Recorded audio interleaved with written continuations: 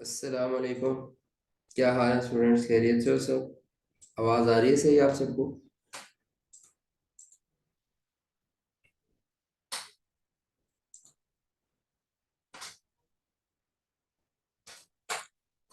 चलिए, चलिए सही है जी। बेहतरीन है, बेहतरीन बेहतरीन। अच्छा, आपको पता है आज हम लोगों ने नया टॉपिक स्टार्ट करना है, accruals and prepayments. Topic number topic number 7 है हमारे पास कि 6 है? 7 आई थिंक, यस 7 है। टॉपिक 7 है हमारे पास, एक्रूअल्स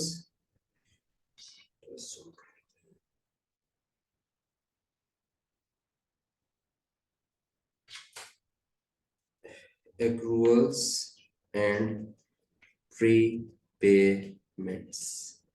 ठीक है, दो चीजें हम पढ़ेंगे, एक्रूअल्स एंड प्रीपेमेंट्स। ठीक है जी, एक्रूअल्स एंड प्रीपेमेंट्स। एक्रूअल्स का मतलब क्या होता है? एक्रूअल्स का मतलब इसमें दो चीजें आती हैं, यानी कि number one is accrued expense and accrued income. And prepayments का मतलब होता है दो चीजों को कंबाइन करके प्रीपेमेंट्स कहा जा रहा होता है। Number one is prepaid expense and prepaid income. तो प्रीपेड एक्सपेंस और प्रीपेड इनकम को कंबाइन करके कहेंगे प्रीपेमेंट्स, और एक्रूड एक्सपेंस और एक्रूड इनकम को कंबाइन करके क्या कहेंगे? एक्रूअल्स। तो इसका मतलब ये है कि ये वाला टॉपिक जो है हमारा, ये चार चीजों पर मुश्तमिल है। चार चीजें एड्रेस होंगी इस टॉपिक पे। Number one accrued expense, number two accrued income, number three prepaid expense and number four prepaid income. तो हम लोगों ने ये चार चीजें समझनी है, हम लोगों ने ये चार चीजें समझनी है। ठीक है, accrued expense, accrued income, prepaid expense और प्रीपेड इनकम। ये क्या होते हैं, ये क्या होते हैं, समझ नहीं है बात आप लोगों को। या मैं डेफिनेशंस देख रहा हूँ, फिर हम इसको बारी बारी समझेंगे। एक्रूड एक्सपेंस है expense expense incurred in current accounting period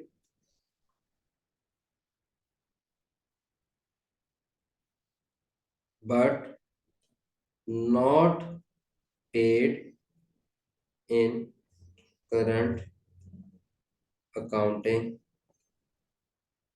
period। ऐसा एक्सपेंस जो करंट अकाउंटिंग पीरियड में इनकर हो जाए मगर उसको करंट अकाउंटिंग पीरियड में पे ना किया हो। ठीक है, फॉर एग्जांपल, इसकी एक एग्जांपल देता हूँ आपको। फॉर एग्जांपल, ईयर एंड हमारा है 31 दिसंबर। ईयर एंड अगर हमारा 31 दिसंबर 23 है, तो electricity bill of rupees of December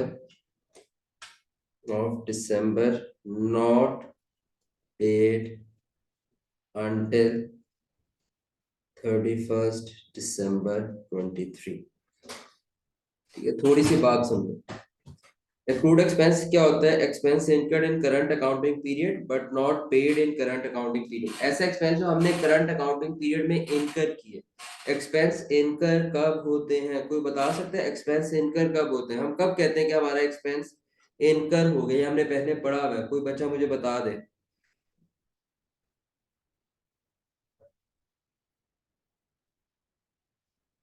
आसान अल्फाज में बता दो, अपने अल्फाजों में बता दो भाई, एक्सपेंस इनकर्ड का क्या मतलब है? मुझे पता तो चले ना। पहले बताया ठीक। था एक्सपेंस जो होता है ना, जब हम पे कर देते हैं तब तो वो एक्सपेंस जो होता है ना वो कैश और कैश इक्विवेलेंट की सूरत में पे हो जाता है। लेकिन जब हम्म। तक हम एक्सपेंस को पे नहीं करते और उसको रिकॉग्नाइज कर लेते हैं तो एक्सपेंस इनकर्ड हो जाता है। क्या सियासी जवाब दिया तुमने है?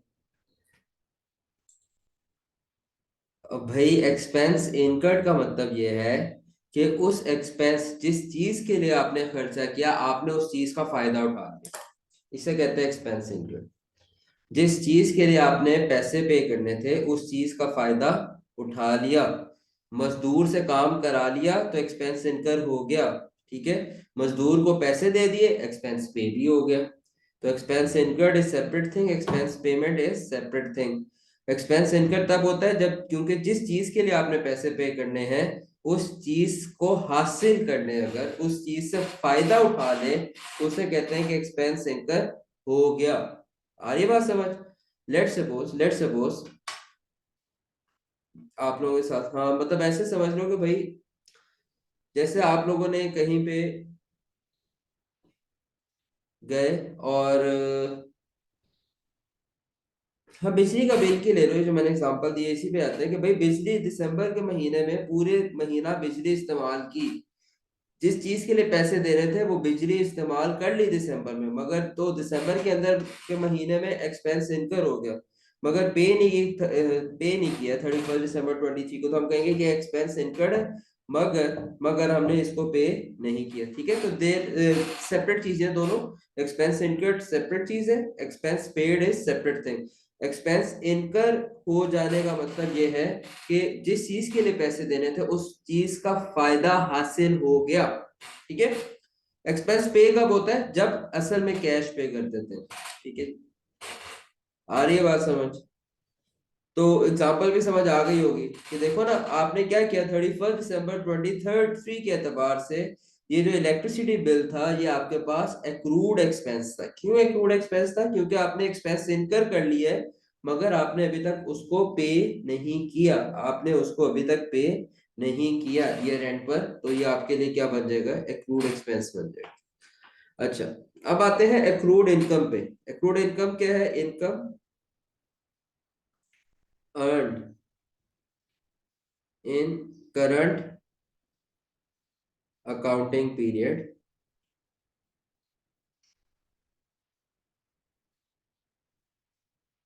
but not received in current accounting period। ऐसे इनकम जो अर्न कर ली करंट अकाउंटिंग पीरियड में but not received in current accounting period, इसकी एक एग्जांपल आपको दे देता हूँ। फॉर एग्जांपल हम ये कहते हैं ईयर एंड हम रखते हैं 31 दिसंबर 2023, rent of December was not received until 31 December 2023। For example accrued income, income earn. अब इनकम अर्न का क्या मतलब होता है? इनकम अर्न का मतलब ये होता है कि आपने अगले बंदे को, जिस चीज के अगेंस्ट आपको इनकम रिसीव होनी है, कैश या कैश इक्विवेलेंट के सूरत में आपको पैसे रिसीव होने हैं कैश या बैंक में, आपने उस पैसों के अगेंस्ट जो आपने सर्विस देनी थी, आपने जो फायदा पहुंचाना था वो आपने दे चुके हो, उसे कहते हैं इनकम अर्न। इनकम अर्न कर ली करंट अकाउंटिंग पीरियड में, फायदा पहुंचा दिया आपने, मगर उस फायदे के अगेंस्ट अभी आपको रिवॉर्ड नहीं मिला, उस फायदे के अगेंस्ट अभी आपको कैश नहीं मिला।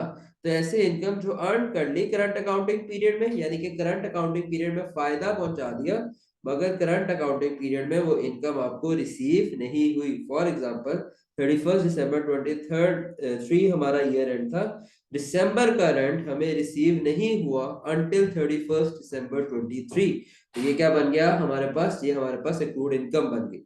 एक्सपेंस इनकट का मतलब ये है, सिंपल बात है, बेनिफिट ऑब्टेन्ड। इनकट का मतलब यहाँ पर बेनिफिट ऑब्टेन्ड, और इनकम अर्न का मतलब ये होता है कि बेनिफिट बेनिफिट डिलीवर्ड डिलीवर्ड। ठीक है, बहुत थोड़ा सा फर्क है। कहाँ कहाँ फर्क है? देखो यहाँ पर एक्सपेंस इनकर्ड है या इनकम अर्नड है, नॉट पेड नॉट रिसीव्ड, बाकी सारी डेफिनेशन आपकी सेम है, बाकी सारी डेफिनेशन सेम है। कोई सवाल एक्रूड एक्सपेंस एक्रूड इनकम में? कोई सवाल? नेचर समझ आई? एक्रूड एक्सपेंस किसे कहते हैं, एक्रूड इनकम किसे कहते हैं? एक्रूड एक्सपेंस ऐसा एक्सपेंस जो आपने पेमेंट कर दी हो, पेमेंट ना की हो, बेनिफिट पहुंचा दिया हो, डिलीवर कर दिया हो, एक्सपेंस बेनिफिट ऑब्टेन कर लिया हो, बेनिफिट ऑब्टेन कर लिया हो, एक्सपेंस इनकर हो गया हो करंट अकाउंटिंग पीरियड में, मगर करंट अकाउंटिंग पीरियड में आपने उसके अगेंस्ट पैसे पे नहीं किए, और इसके अगेंस्ट आते हैं एक्रूड इनकम, यानी कि आपने पैसा कमा लिया करंट अकाउंटिंग पीरियड में but not received in current accounting period, मगर आपने रिसीव नहीं की करंट अकाउंटिंग पीरियड में, ठीक है, इसे कहते हैं एक्रूड इनकम। ठीक है जी। लेट सपोज हम बात कर लेते हैं इसकी, इसी की बात कर लेते हैं, ठीक है जी। अस, हम हैं और एक वापडा है, वापडा पता है ना, वापडा वाले लेस्को कह लेते हैं, चलो जो बच्चे लाहौर में रहते हैं ना उन्हें पता होना चाहिए, लेस्को वो कंपनी होती है जो इलेक्ट्रिसिटी प्रोवाइड करती है। लेस्को ने हमें इलेक्ट्रिसिटी दे दी दिसंबर के मंथ में, मगर हमने उसके अगेंस्ट दिसंबर के मंथ का की पेमेंट, दिसंबर के मंथ में पेमेंट नहीं की, ठीक है। तो हमारे लिए, हमने क्योंकि इलेक्ट्रिसिटी कंज्यूम कर ली है, हमारा एक्सपेंस इनकर्ड हो गया, ठीक है, मगर हमने अपना एक्सपेंस पे नहीं किया। तो हमारे एतबार से हमारे पास एक चीज एग्जिस्ट कर रही है, अक्रूड एक्सपेंस। अगर हम लेस्को के एतबार से देखें, लेस्को क्या होता है, जो बच्चे लाहौर से बाहर है उनको उनके लिए बता देता हूँ, कैसे बताऊं यार, मतलब बिजली सप्लाई करती है, लाहौर इलेक्ट्रिसिटी सप्लाई कंपनी इसका नाम ये है। तो इन्होंने क्योंकि हमें इलेक्ट्रिसिटी सप्लाई करती है, तो इन्होंने इनकम अर्न कर ली। क्यों अर्न कर ली? क्योंकि इन्होंने आपको इलेक्ट्रिसिटी सप्लाई कर दी दिसंबर की, मगर इनको अभी तक इनकम रिसीव नहीं हुई। क्यों? क्योंकि आपने पैसे नहीं पे किए, तो इनको पैसे मिलेंगे कैसे? तो इनके पॉइंट ऑफ व्यू से इनके लिए ये वाली इनकम क्या है, दिसंबर के मंथ की एक्रूड इनकम है। हमारे लिए दिसंबर के मंथ का बिजली का बिल एक्रूड एक्सपेंस है, और लेस्को वालों के लिए दिसंबर के मंथ के लिए बिजली का बिल क्या हो जाएगा, एक्रूड इनकम हो जाएगी। ठीक है जी, चलें। तो कुछ समझ आया एक्रूड एक्सपेंस एक्रूड इनकम क्या होता है? चलो जी, वेरी गुड। अब हम बात करेंगे प्रीपेड एक्सपेंस और प्रीपेड इनकम पे, ठीक है।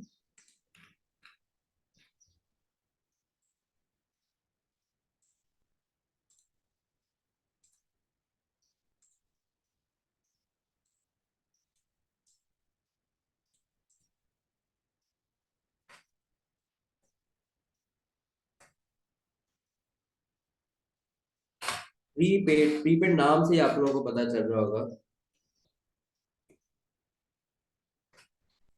Expense of next accounting period paid in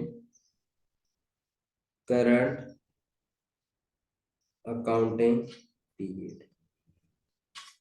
expense of next accounting period paid in current accounting period, इसे कहते हैं प्रीपेड एक्सपेंस, प्रीपेड एक्सपेंस। और प्रीपेड इनकम क्या होगी? Income of next accounting period received received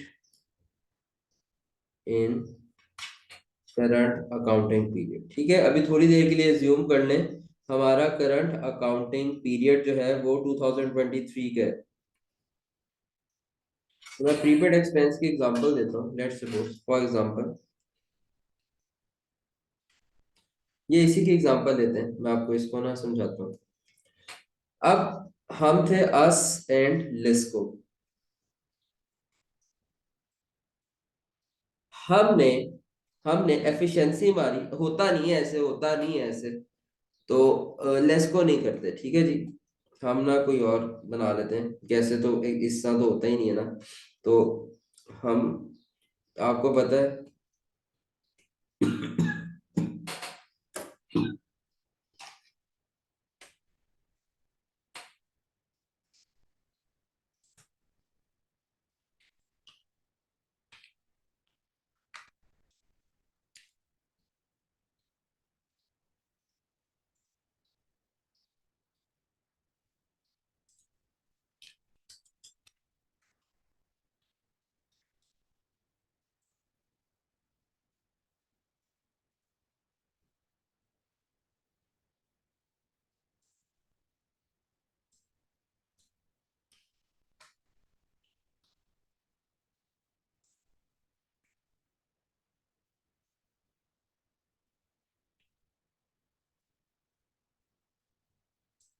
ठीक है।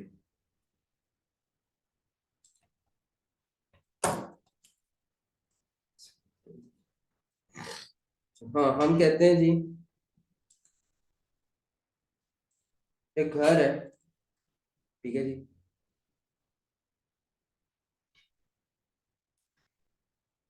ठीक है जी, ये घर है, ये एक इस घर का ओनर है। ओनर ने ये घर जो है किसको दे दिया? टेनेंट को। टेनेंट पता ना क्या क्या होता है? किराएदार। ठीक है, ये होता है मालिक मकान। मालिक मकान ने घर दे दिया किराए पे, ठीक है जी। अब टेनेंट ने क्या किया? टेनेंट ने इस घर का किराया, फॉर एग्जांपल मैं कहता हूँ tenant paid rent of January 24 in December 23। Tenant ने जनवरी का किराया दिसंबर 23 में पे कर दिया, और ईयर एंड लेट सपोज दोनों का यही है 31 दिसंबर 23। तो 31 दिसंबर 23 के एतबार से टेनेंट ने अभी तक एक्सपेंस इनकर्ड नहीं किया, मगर उसने एक्सपेंस जनवरी का एक्सपेंस इनकर्ड नहीं किया, मगर जनवरी का एक्सपेंस पे कर दिया। आ रही है बात समझ?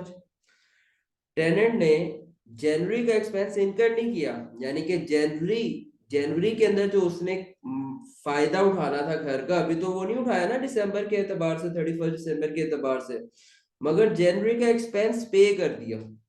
यानी कि अगर नेक्स्ट अकाउंटिंग पीरियड का एक्सपेंस आप करंट अकाउंटिंग पीरियड में पे कर दोगे, तो टेनेंट ने ये जो रेंट पे किया है ना जनवरी का, इसको टेनेंट के बुक्स में लिखा जाएगा कि ये उसने क्या किया है, एक प्रीपेड एक्सपेंस इनकर एक प्रीपेड एक्सपेंस की। तो ये जो जनवरी का किराया था, ये टेनेंट ने क्या कर दिया है, प्रीपे कर दिया है, यानी कि नेक्स्ट अकाउंटिंग पीरियड का एक्सपेंस करंट अकाउंटिंग पीरियड में पे कर दिया। और अगर ओनर के पॉइंट ऑफ व्यू से देखें, तो ओनर को जनवरी की इनकम रिसीव्ड हो गई है, हालांकि जनवरी की इनकम ओनर ने अर्नड नहीं की, क्योंकि जब तक वो जनवरी के महीने में घर दे नहीं देगा उसको किराए पे, तब तक तो अर्न नहीं की होगी ना।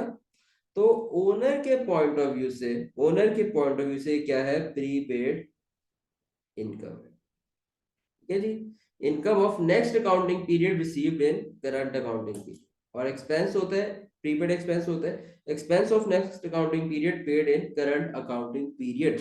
अच्छी तरह देखो, ध्यान से देखो इस चीज को, चारों चीजों को एक दफा दोबारा से देखो, और मुझे बताओ अगर कोई इशू आता है इसमें। ठीक है, मैं इसको ना सेट साइड रख देता हूँ।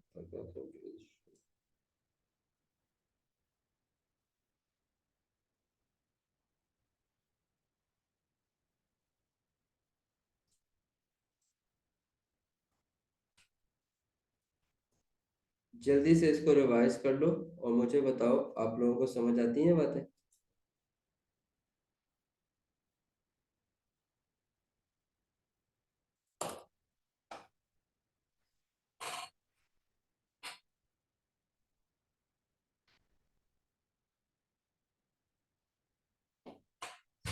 कोई सवाल?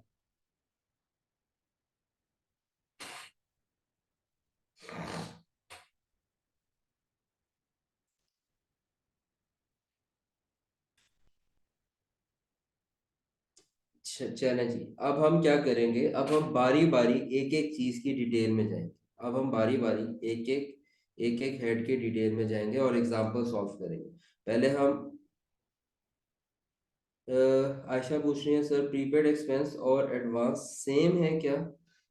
आप इसको कह सकते हैं सेम, यस सेम कह सकते हैं, मगर यहाँ वरना इस चैप्टर में हम इसको किसी और तरह से डील करेंगे। ठीक है, कह सकते हैं यस सेम कह सकते हैं। सेम मतलब सेम है, यस सिंपल अभी सेम है। अच्छा, ये हमारे पास चैप्टर है जिसमें हमने क्वेश्चंस करने हैं। बारी बारी क्वेश्चंस होते हैं, ठीक है।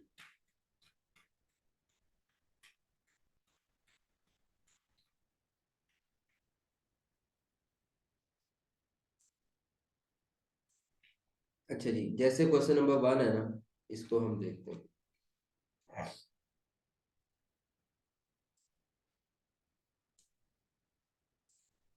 इनके पास पेज नंबर 1 पे क्वेश्चन नंबर 1 आपको मिल जाएगा।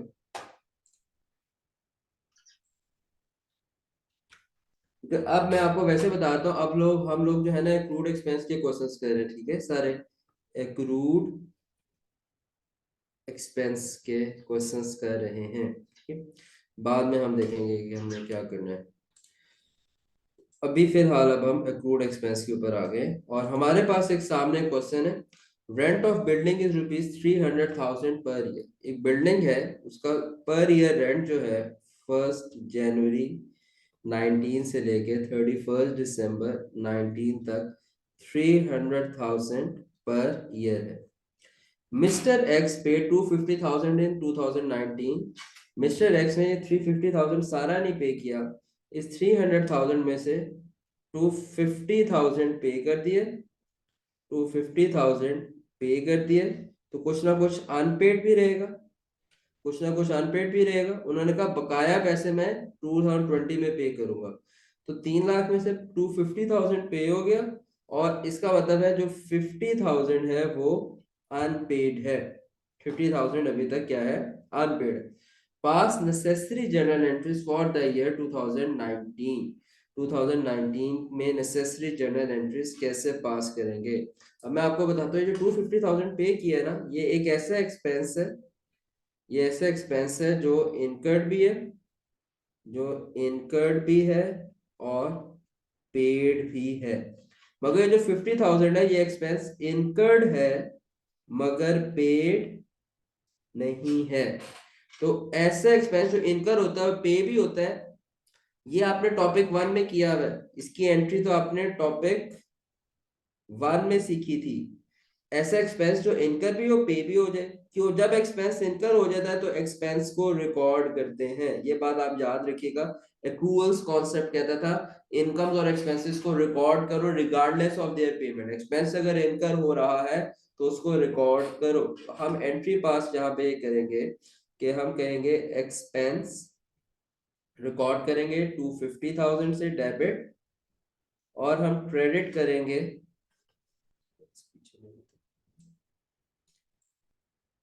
एक्सपेंस को 250,000 से डेबिट करेंगे, और 250,000 से हम क्रेडिट कर लेंगे कैश या बैंक।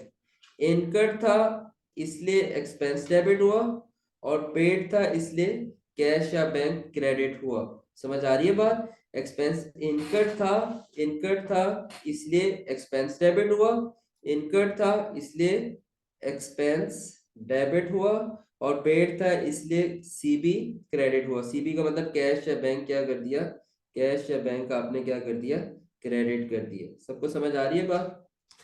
अच्छा, अब आते हैं ये जो अनपेड एक्सपेंस है, इस अनपेड एक्सपेंस को जो इनकर्ड हो जाए ड्यूरिंग द अकाउंटिंग ईयर मगर ड्यूरिंग द अकाउंटिंग ईयर पे ना हो, इस अनपेड एक्सपेंस का एक और नाम क्या हमने डाला हुआ है, एक्रूड एक्सपेंस। ये हमारे पास क्या है, एक्रूड एक्सपेंस। एक्रूड एक्सपेंस क्या होता है, ऐसा एक्सपेंस जो इनकर्ड हो गया हो मगर उसके अगेंस्ट पेमेंट ना हुई हो।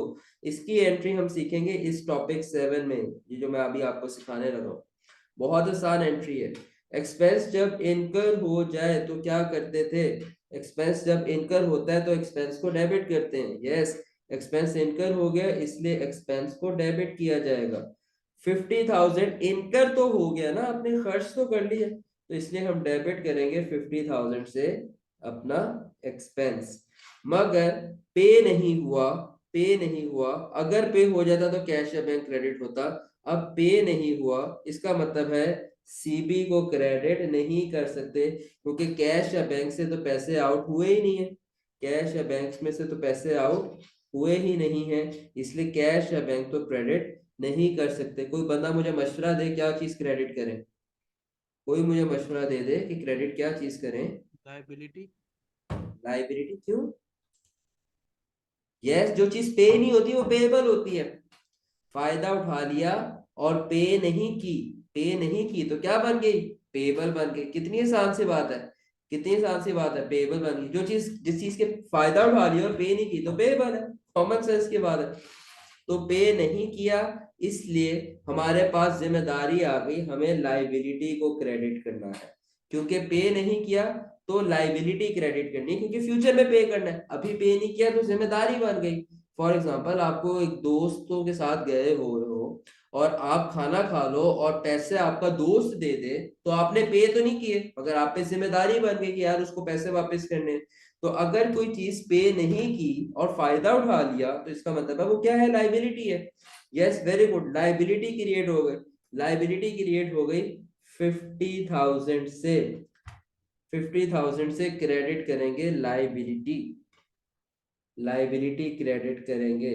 अब ये लाइबिलिटी किस वजह से जनरेट हो रही है, लाइबिलिटी जनरेट होने की वजह है अनपेड एक्सपेंस या एक्रूड एक्सपेंस। इसलिए हम इस लाइबिलिटी का नाम रखते हैं एक्रूड एक्सपेंस लाइबिलिटी, और इसका एक और नाम भी होता है expense payable, expense payable credit या एक्रूड एक्सपेंस लाइबिलिटी क्रेडिट। हम अपने पास एक लाइबिलिटी जनरेट कर लेते हैं कि हमने बाद में उस बंदे के पैसे पे करने हैं। यहां तक किसी बच्चे को कोई कंफ्यूजन एंट्रीज में, ये आपको आती थी एक एंट्री, एक एंट्री मैंने आपको सिखा दी, दो एंट्रीज बस आपने याद रखनी। कोई कंफ्यूजन यहाँ तक बच्चों, कोई कंफ्यूजन? चलें जी, वेरी गुड।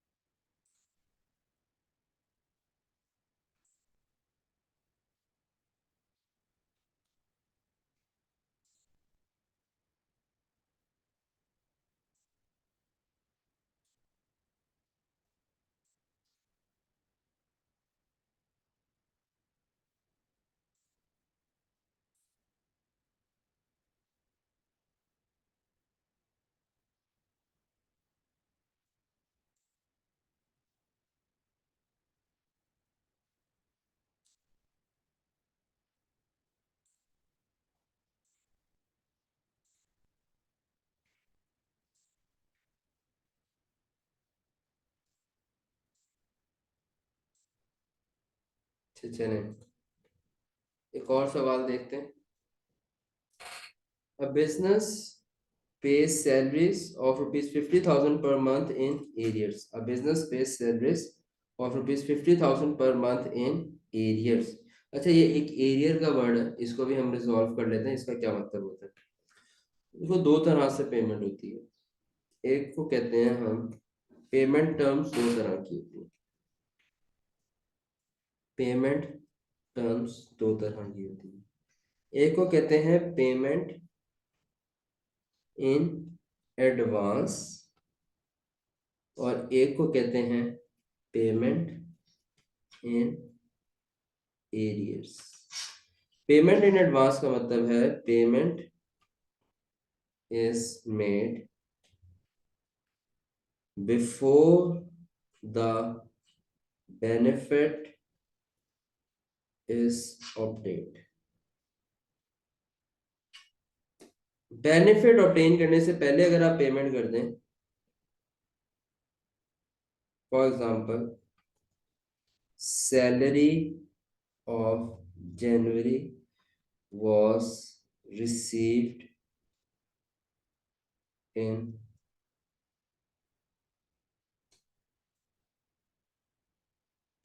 ऑन 1 जनवरी। तो हम कहेंगे पेमेंट टर्म्स क्या थे, payment in advance. Payment in arrears का मतलब है payment is made after the benefit is obtained. For example, salary of January was received on 31st January। ठीक है जी। जैसे आप लोग हॉस्टल्स में रहते हो, जब आप हॉस्टल्स में रहते हो तो हॉस्टल्स में जो किराया होता है आमतौर पे एडवांस में पेमेंट होती है। मगर अगर आप रेंट पे रह रहे होते हो, फ्लैट लिया होता है आपने, तो उसको पैसा आप बेनिफिट ऑफ जनवरी का किराया आप जनवरी के स्टार्ट में नहीं, जनवरी के एंड पे या फरवरी के शुरू में पे करते हो। बिजली का बिल पेमेंट इन एरियर्स होता है कि आपको जनवरी का बिल फरवरी में पे होगा, फरवरी का बिल मार्च में पे होगा।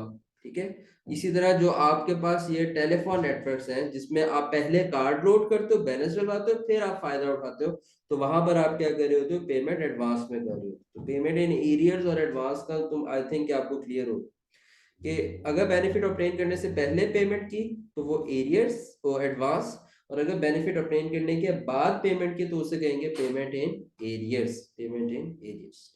अब हम वापस आते हैं अपने टॉपिक पे। A business pays salaries of rupees 50,000 per month in arrears। Business salaries पे करते हैं 50,000 पर मंथ इन एरियर्स का मतलब ये है कि जनवरी की सैलरी जनवरी के एंड पे या फरवरी के स्टार्ट में पे होगी, फरवरी की सैलरी फरवरी के एंड पे या मार्च के स्टार्ट में पे होगी, ये मतलब है। Business page a salary of rupees 50,000 per month in arrears during the year 2019। salaries of 11 months had been paid from the business bank account। ठीक है जी। कहते हैं कि भाई हुआ ये कुछ ऐसे कि अगर 1 जनवरी 19 को ईयर स्टार्ट होता है, 31 दिसंबर 19 को ईयर एंड होता है, तो हुआ ये कि 11 मंथ्स, इधर हम अगर 11 मंथ्स रखें तो इनकी सैलरीज पेड है, और जो 1 मंथ है उसकी सैलरी अनपेड है। ठीक है जी। और सैलरी कितनी पे होती है, 50,000 पर मंथ। इसका मतलब है 11 मंथ की जो पेड सैलरी वो बनेगी 50,000 मल्टीप्लाई बाय 11, यानी कि 550,000। और जो अनपेड है वो 50,000 है, और वो 1 महीने की अनपेड है तो वो 50,000 ही आ गए। अब हमने जर्नल एंट्री पास करनी है 2019 में। तो अब अगर आप ये देखो, ये जो 550,000 है ये ऐसा एक्सपेंस है जो इनकर्ड भी है, इनकर्ड भी है और पेड भी है, जिसकी एंट्री आपने टॉपिक 1 में सीखी है। एक्सपेंस इनकर्ड है, इसकी वजह से एक्सपेंस को डेबिट करेंगे, सैलरीज एक्सपेंस डेबिट होगा 550,000 से। और पेड भी है इसलिए कैश या बैंक 550,000 से क्या हो जाएगा, क्रेडिट होगा। इनकर्ड है इसलिए एक्सपेंस डेबिट है, और पेड भी है इसलिए कैश या बैंक क्या हो गया, कम भी हो गया, पेमेंट की वजह से कैश या बैंक कम हो गया। मगर अगर ये इसकी एंट्री करें ना जो अनपेड है, इसको आप एक्रूड एक्सपेंस भी कहते हैं। यहां पर एक्सपेंस इनकर्ड तो है मगर पेड नहीं होता। पे कब करेंगे, नेक्स्ट अकाउंटिंग पीरियड। तो करंट अकाउंटिंग पीरियड का एक्सपेंस करंट अकाउंटिंग पीरियड में पे ना हो तो उसे कहते थे एक्रूड एक्सपेंस। यहाँ एंट्री ये होगी कि हम कहेंगे भाई इनकर्ड है इसलिए एक्सपेंस तो 50,000 से डेबिट होगा, और पेड नहीं है इसलिए क्रेडिट 50,000 से क्या होगी, लाइबिलिटी क्रेडिट होगी। इस लाइबिलिटी का नाम है accrued expense liability. Accrued expense liability को क्रेडिट कर देंगे, या इसका एक और नाम एक्सपेंस पेबल भी है, ये भी लाइबिलिटी। जी कोई कंफ्यूजन इसमें?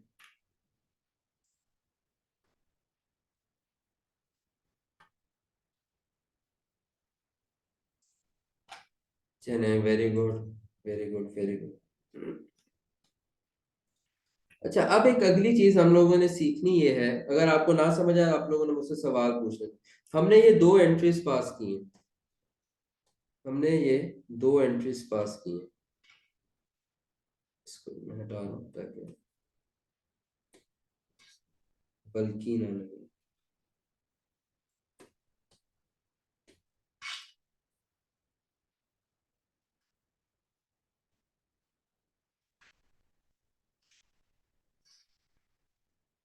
हमने ये दो एंट्रीज पास की हैं। अब आपने बहुत ध्यान से समझ, अगर मैं टी अकाउंट्स में पुट करूं तो मेरे पास यहाँ पे तीन टी अकाउंट्स बन सकते हैं।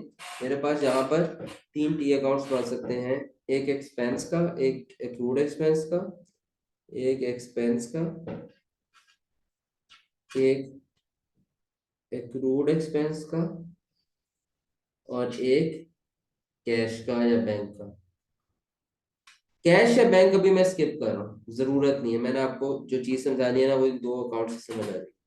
अगर मैं एंट्री रिकॉर्ड करूं एक्सपेंस, तो एक्सपेंस है डेबिट ऐड होता है, क्रेडिट माइनस होता है। एक्रूड एक्सपेंस क्या है, लाइबिलिटी है, इसका क्रेडिट प्लस होता है, और डेबिट इसका क्या होता है, माइनस होता है। अगर मैं पोस्टिंग करूं, ट्रांजैक्शन नंबर 1 पोस्ट करूं, तो मैं ये कहूंगा एक्सपेंस डेबिट 550,000 से, और ऑपोजिट अकाउंट कैश या बैंक। एक्सपेंस डेबिट 550,000 से, और ऑपोजिट अकाउंट आ गया हमारे पास कैश या बैंक। और अगर मैं दूसरी एंट्री पास करूं तो हम ये कहेंगे ट्रांजैक्शन नंबर 2 अगर मैं पास करूं, number number 1 entry, transaction number 2 पास करूं, तो क्या होगा कि मैं कहूंगा कि एक्सपेंस दोबारा से डेबिट 50,000 से, भाई भूल तो नहीं ना कि, और opposite account accrued expense liability credit, और यहाँ कोड एक्सपेंस लाइबिलिटी में क्रेडिट करूंगा 50,000, और यहाँ पे ऑपोजिट अकाउंट में एक्सपेंस लिखूंगा। ऐसे ही करते होते थे। इसके बाद अगर मुझे कोई बंदा कहे कि भाई एक्सपेंस का बैलेंस कितना है, तो मैं कहूंगा भाई देखो 550 और 50,000, ये हो गया 600,000, ये भी 600,000 हो गया, और यहाँ पे 600,000 जो है हमारे पास, ये आगे एक्सपेंस का बैलेंस कैरेट डाउन। यहाँ पे 50,000 है, 50,000,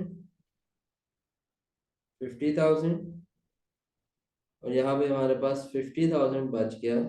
एक्रूड एक्सपेंस लाइबिलिटी का बैलेंस कैरिड डाउन होगा ये, कि इसके बाद ये दोनों बैलेंसेस जाएंगे ट्रायल बैलेंस में, ट्रायल बैलेंस में जाएंगे। अगर छोटा सा एक्सट्रैक्ट बना लो, एक्सपेंस में लिखा जाएगा ट्रायल बैलेंस में 600,000 बैलेंस, और एक्रूड एक्सपेंस तो लाइबिलिटी है, उसका कितना बैलेंस लिखा जाएगा, एक्रूड एक्सपेंस लाइबिलिटी का बैलेंस क्रेडिट में लिखा जाएगा 50,000। आप लोग ऐसे ही करते थे ना, भूल तो नहीं गए आप लोग। इसके बाद फिर एट द एंड आप इन ट्रायल बैलेंस के बैलेंसेस को क्या करते हैं, एसओसीआई और एसओएफपी में ट्रांसफर करते हैं।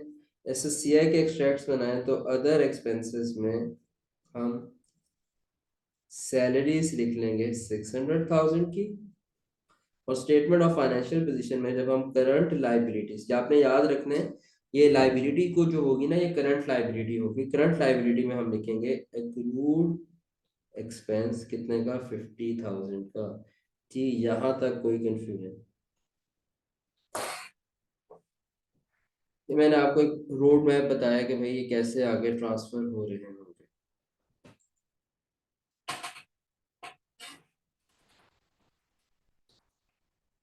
अच्छा, अब कहानी में थोड़ा सा ट्विस्ट है।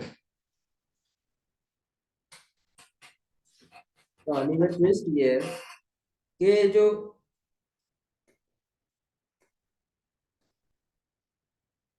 यहाँ पे ना आपको नोट नोट लिख लेते हैं, यहाँ पे ही आप एक नोट लिखें।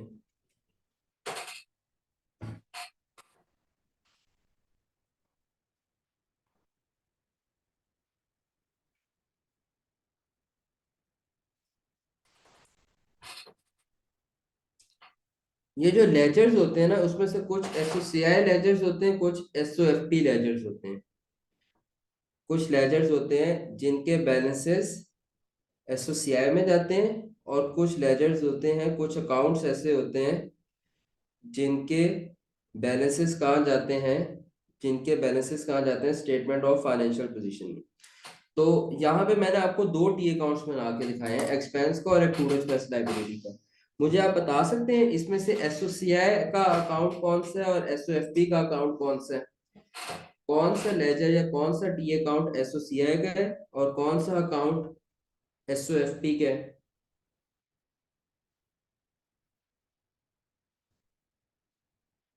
कोई बता सकता हो? जी, जवाब है एक्सपेंस एसोसिएट का है, लायबिलिटी एसओएफपी के। वेरी गुड भाई, आसान सी बात है। इनकम, एक्सपेंसेस, कॉन्ट्रा इनकम्स और कॉन्ट्रा एक्सपेंसेस के जितने अकाउंट्स हैं सारे एसोसिएट के अकाउंट्स हैं, क्योंकि इन्होंने एसोसिएट के में जाके ट्रांसफर होना होता है। और एसेट्स, लायबिलिटीज, ड्राइंग्स, कैपिटल, ये सारे अकाउंट्स क्या थे? ये एसओएफपी के अकाउंट्स हैं। तो नोट आपने याद ये रखना है। जाओ।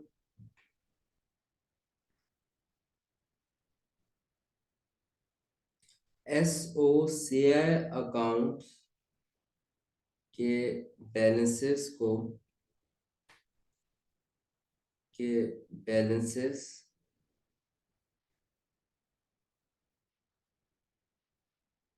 को नेक्स्ट ईयर में ट्रांसफर नहीं करते।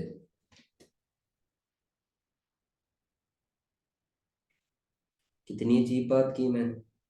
एसोसिएट अकाउंट्स के बैलेंसेस को नेक्स्ट ईयर में ट्रांसफर नहीं करते। एसोसिएट अकाउंट्स के बैलेंसेस को नेक्स्ट ईयर में ट्रांसफर नहीं करते। एसोसिएट अकाउंट के बैलेंसेस को, दोबारा सुन लो, नेक्स्ट ईयर में ट्रांसफर नहीं करते। क्या मतलब है मेरा?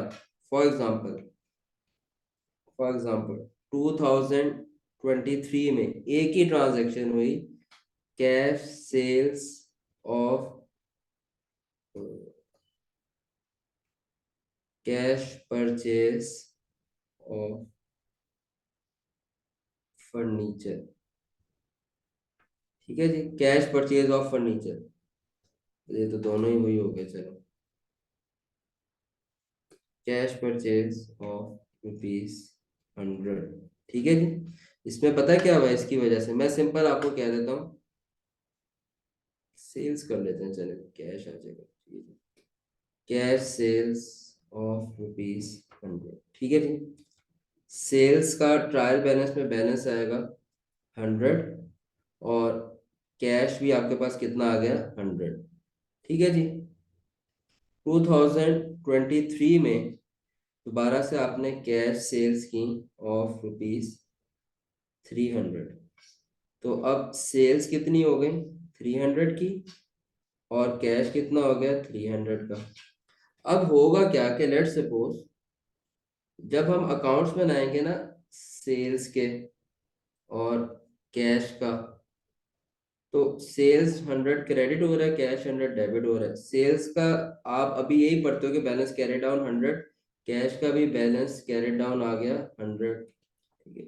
अच्छा, अब अगले साल में जब क्या हुआ, ये जब आपने 2023 के अकाउंट्स बनाए थे, 2023 के, जब अगले साल भी आपने यही किया ना, तो अगले साल जब आप कैश लिखोगे, तो कैश में आप लिखोगे पहले बैलेंस बॉट डाउन, कि ये जो आपके पास बैलेंस कैरी डाउन था ना 100 का, ये तो बचा हुआ था, तो पिछले साल से आपके पास 100 रुपए आ गए।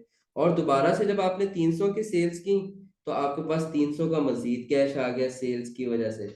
अब जब आप कैश का बैलेंस कैरी डाउन शो करोगे, तो वो शो करोगे 300, कि आपके पास अब टोटल 300 रुपए का कैश जमा हो गया।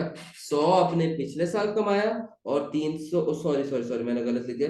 100 आपने पिछले साल कमाया, 300 आपने इस साल कमाया, 100 पिछले साल का, 300 इस साल का, आपके पास कितना बच गया कैश? आपके पास कैश हो गया 400 का। यानी कि ये जो एसेट्स होते हैं या लाइबिलिटीज होते हैं, इनके बैलेंसेस दूसरे सालों में ट्रांसफर होते हैं। कोई भी बंदा पूछे ना आपसे, आपके पास एसेट्स कितने हैं, तो आप पिछले साल के और करंट ईयर के मिलाकर बताओगे। मगर अगर आपसे कोई बंदा इनकम पूछता है या जो एसओसीआई में इनकम निकालता है, वो जो प्रॉफिट निकालते हैं ना, इनकम और एक्सपेंसेस के डिफरेंस से हमारे पास प्रॉफिट आता है, इनकम और एक्सपेंसेस के डिफरेंस से जो हमारे पास प्रॉफिट आता है, वो फॉर द ईयर के होते हैं, वो फॉर द ईयर के होते हैं। एसेट्स एसेट होते हैं, लाइबिलिटीज एसेट होती हैं, यानी कि पिछले साल के इस साल की कंबाइन करके बताते हैं। मगर जो इनकम्स होती हैं वो पिछले साल की इनकम्स और इस साल की इनकम कंबाइन करके नहीं बताते, पिछले साल के एक्सपेंसेस इस साल के एक्सपेंसेस कंबाइन करके नहीं बताते। नहीं तो प्रॉफिट नहीं से ही निकलेंगे, हर साल का अलग प्रॉफिट निकलता है, इस साल कितनी इनकम हुई, इस साल कितने एक्सपेंसेस हुए, इसका डिफरेंस प्रॉफिट होता है।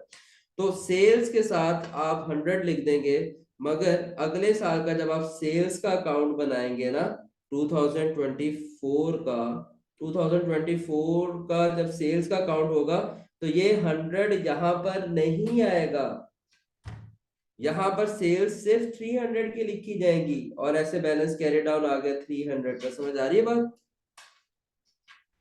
तो हम जब एसओसीआई बनाएंगे 2023 की, तो हम यहां पर सेल्स सिर्फ 300 लिखेंगे, मगर एसओएफपी में कैश 400 लिखेंगे। एसओएफपी में जो कैश है वो 400 लिखेंगे। आ रही है बात समझ? ये बात किस किस को क्लियर है, किस किस को नहीं समझ आई? नहीं समझ आई तो मुझे दोबारा बता दो, ताकि मैं और रिपीट कर दूं। अगर क्लियर है तब भी ठीक है, फिर आगे चलते हैं।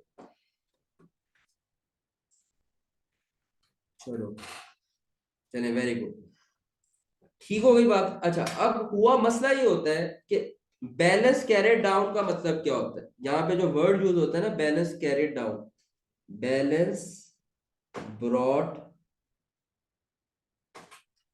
ब्रॉट डाउन कहते हैं।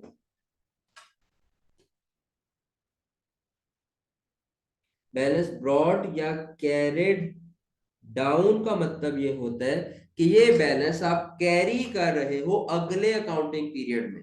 बैलेंस ब्रॉट डाउन या कैरेट डाउन का मतलब ये होता है, ये बैलेंस आप कैरी कर रहे हो अगले अकाउंटिंग, मैंने गलत लिख दिया, कैरेट फॉरवर्ड या carried down. Balance carried down कह सकते हैं, बैलेंस कैरेट डाउन कह सकते हैं, या बैलेंस कैरेट फॉरवर्ड कह सकते हैं। पता है ना आपको, सीडी भी कह सकते हैं, सीएफ भी कह सकते हैं। तो ये जो बैलेंस कैरी डाउन और कैरिड फॉरवर्ड का मतलब ये होता है कि ये बैलेंस आप कैरी कर रहे हो अगले अकाउंटिंग पीरियड में, ये बैलेंस आप कैरी कर रहे हो अगले अकाउंटिंग पीरियड में। हालांकि ये जो 100 का, यहाँ पे 100 बिल्कुल ठीक है भाई, ये बैलेंस 100 आप कैरी करोगे 2024 में, मगर सेल्स के साथ ये जो आपके पास 100 लगा हुआ है, ये आपने 24 में कैरी डाउन नहीं करना, ये कैरी फॉरवर्ड नहीं करना। तो सेल्स का ये जो बैलेंस बचता है, इसके साथ बैलेंस कैरी डाउन हमें नहीं लिखना चाहिए, इसके साथ सीडी बैलेंस कैरी डाउन का वर्ड ठीक नहीं है। तो फिर इसके साथ हम लोग क्या लिख लेते हैं, ये 100 का बैलेंस कहाँ ट्रांसफर होगा, ये 300 का बैलेंस कहाँ ट्रांसफर होगा, ये 100 और 300 का बैलेंस ये एसोसिएट्स में ट्रांसफर होते हैं ना। तो हम इसके साथ बैलेंस कैरी डाउन का वर्ड लिखने की बजाय या बैलेंस कैरी फॉरवर्ड का वर्ड लिखने की बजाय सेल्स के जो बैलेंसेस होंगे, इनकम्स के बैलेंसेस होंगे, एक्सपेंसेस के बैलेंसेस होंगे, दरअसल एसओसीआई के अंदर जितने बैलेंसेस ने जाना है उनके साथ हम लिख देंगे एसओसीआई, एसओसीआई या पी एंड एल, इनके साथ एसओसीआई लिखा जाएगा, स्टेटमेंट ऑफ कॉम्प्रिहेंसिव इनकम, या पी एंड एल, कि ये एसओसीआई या प्रॉफिट और लॉस में ट्रांसफर होंगे। बात आ रही है समझ? यहां तक किसी बच्चे को, सब बच्चों को बात समझ आई है? अब यहां पर मैंने ये बात बता दी, एसओसीआई अकाउंट्स के बैलेंसेस को नेक्स्ट ईयर में ट्रांसफर नहीं करते, इसलिए इसलिए इनके बैलेंसेस के इसलिए इनके बैलेंसेस को बैलेंस कैरी डाउन या कैरी फॉरवर्ड नहीं कहते।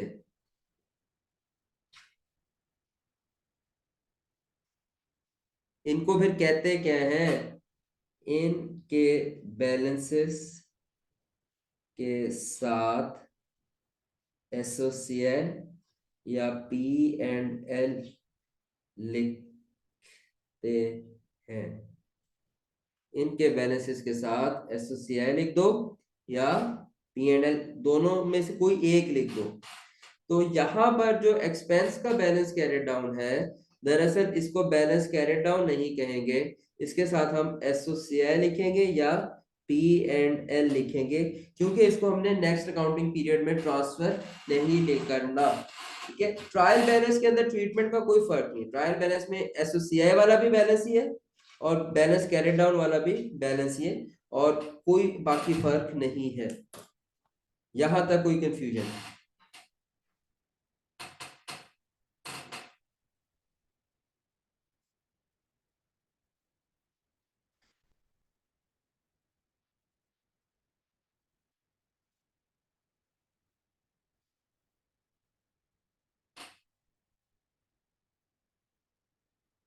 सर जी जी।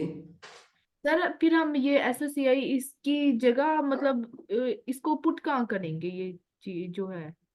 मैं आपको ये कह रहा हूँ कि इसको पुट कहाँ करेंगे?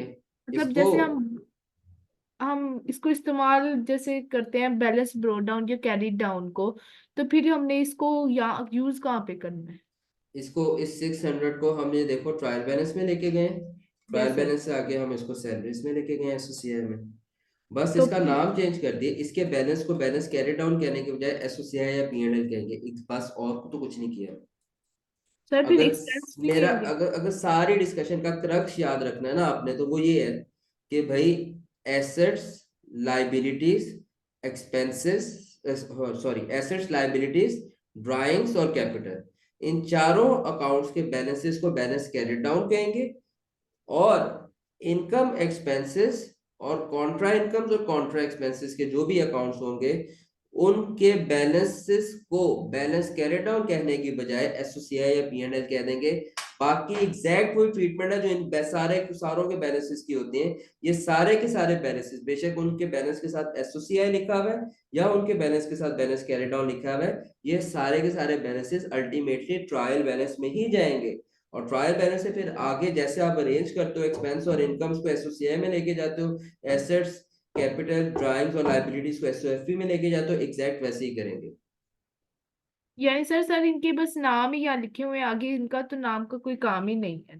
हाँ जी, बस बिल्कुल सही कहा इलियास, आपकी बात भी बिल्कुल ठीक। Carry down, bought down, carry forward, bought forward, ये सब एक चीज है, ये इलियास का सवाल है। देखो इलियास, कैरी डाउन और कैरिड फॉरवर्ड, कैरी डाउन और कैरिड फॉरवर्ड ये क्लोजिंग बैलेंसेस को कहते हैं, और बॉट डाउन या ब्रॉड फॉरवर्ड ये ओपनिंग बैलेंसेस को कहते हैं, ये फर्क है इसमें।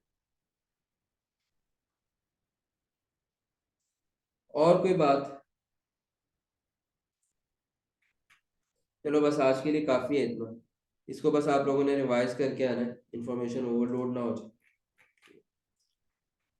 चलो ख्याल रखें अपना, मुलाकात होती है आपसे इंशाल्लाह नेक्स्ट क्लास में। अल्लाह हाफिज।